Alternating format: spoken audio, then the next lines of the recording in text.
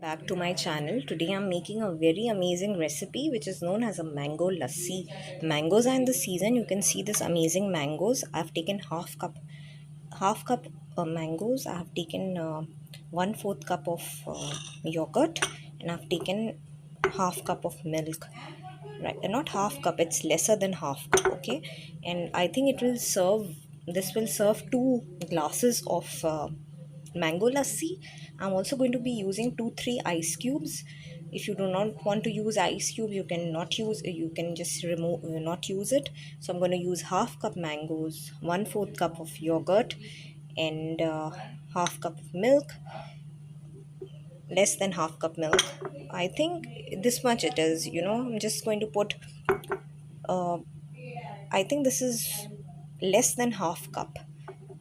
So just more mangoes, more yogurt, and this quantity of milk, right?